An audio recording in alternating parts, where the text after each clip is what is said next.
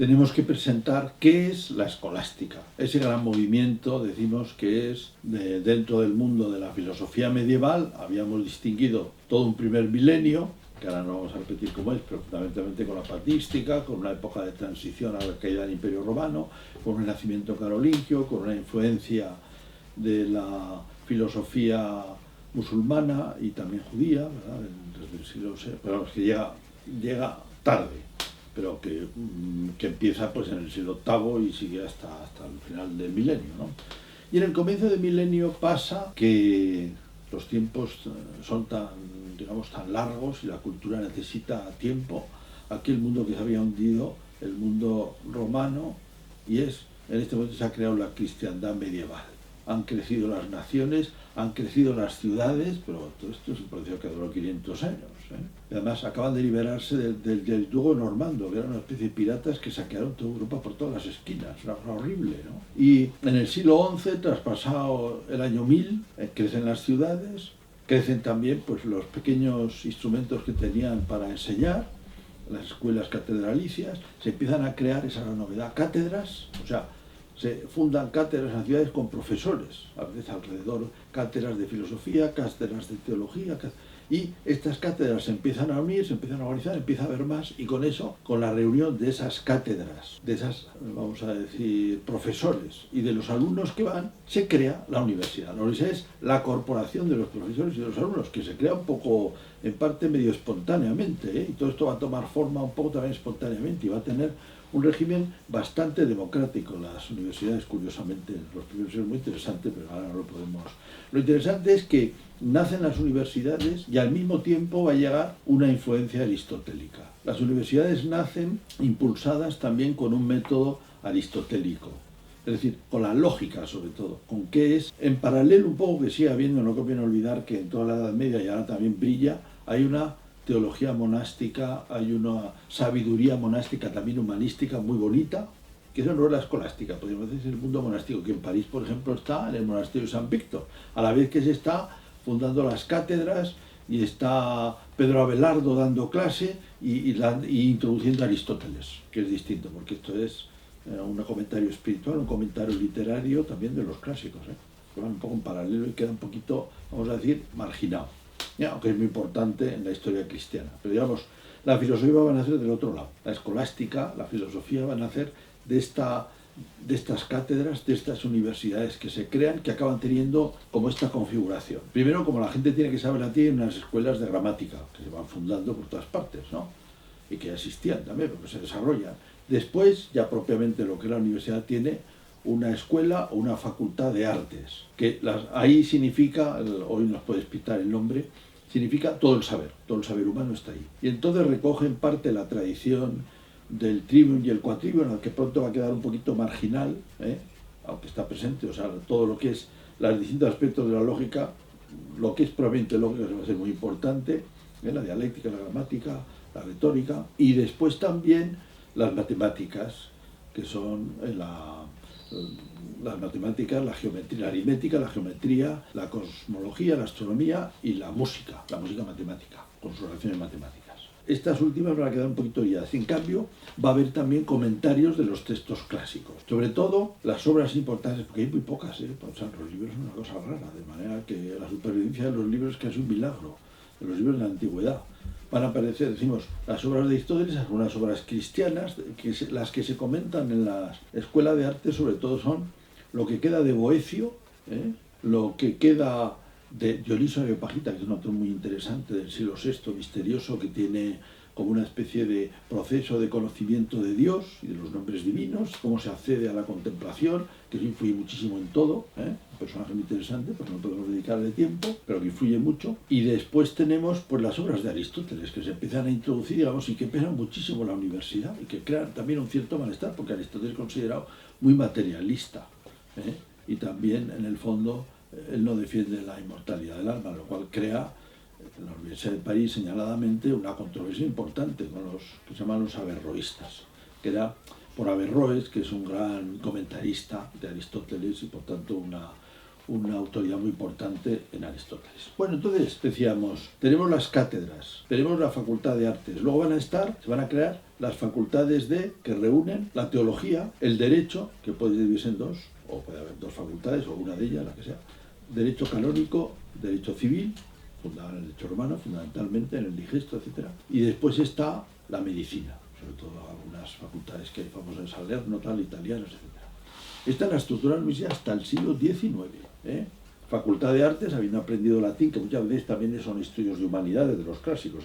Facultad de Artes con el comentario de libros, mucha lógica, se aprende aquí. Y después la teología, el derecho y la medicina. Esto es la universidad, hasta el siglo XIX. Bueno, y luego el método es el aristotélico. ¿Aristóteles qué proporciona? Os viene a concretar, porque ahí se entiende bien. Primero, claro, proporciona qué es saber y qué es una verdad. La verdad se da en el juicio, que dice que la verdad se da en proposiciones. Las proposiciones son verdaderas o falsas, y eso hay que demostrarlo. Y se produce por razonamientos también, que tienen su lógica, que es perfecta, vamos a decir, de distinto tipo. A veces no lógica perfecta, pero probable, por ejemplo.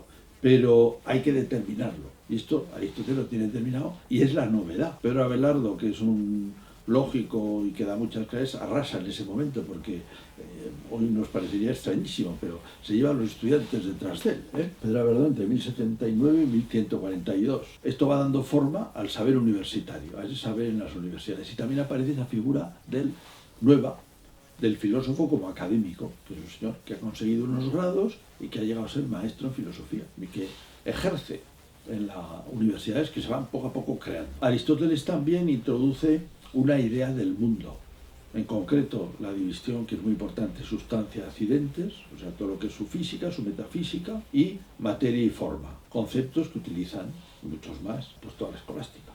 Vive de ellos y clasifica el mundo y lo piensa con esas categorías. Entonces, claro, marca muchísimo, marca tanto que diríamos que en cierta manera el saber queda como absorbido por Aristóteles durante siglos después. Y las ciencias modernas se van a hacer paso un poco como desplazando a Aristóteles, porque lo que se hacía en todas las materias, también incluso cuando se quiere hacer biología, por decir, es comentar a Aristóteles, en lugar de hacer lo que hacía Aristóteles, que era observar a los animales, pero eso pasó durante siglos. Bueno, una curiosidad, pero vemos que ha pesado mucho en la historia de la universidad. A esto se llama escolástica, la escolástica. Bueno, y podríamos decir, tiene 3 o 4 épocas. El origen, ya hemos mencionado a Pedro Abelardo, que bueno, sabía mucho de lógica y la utiliza y cautiva, ¿verdad? Aunque anterior a él es San Anselmo de Canterbury, uno de los primeros escolásticos. Después Pedro Lombardo, aunque se dedica más a la teología, pero tiene una obra famosísima, que tengo aquí el comentario de las sentencias, que influye muchísimo en todo, pero es más bien teología. Bien, esa es la primera época de la escolástica. La época de oro tiene que ver con la fundación de las órdenes mendicantes, de los dominicos, que se dedican a la predicación y que dan mucha importancia al estudio, fundadas por Santo Domingo en 1206, 1216, es cuando es la bula papal, y que tiene 2 figuras extraordinarias en el siglo XIII. Primero San Alberto Magno, que comenta a Aristóteles, y después Santo Tomás de Aquino, que es, digamos, una especie de síntesis monumental.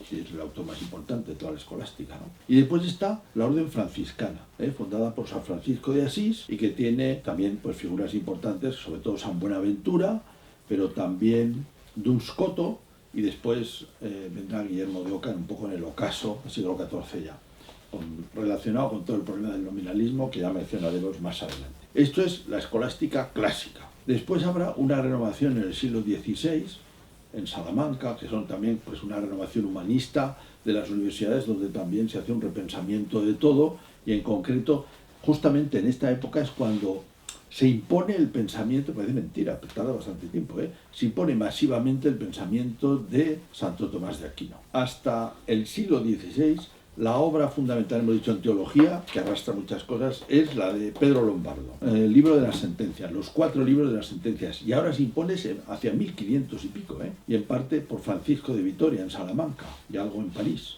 aunque tarda muchísimo.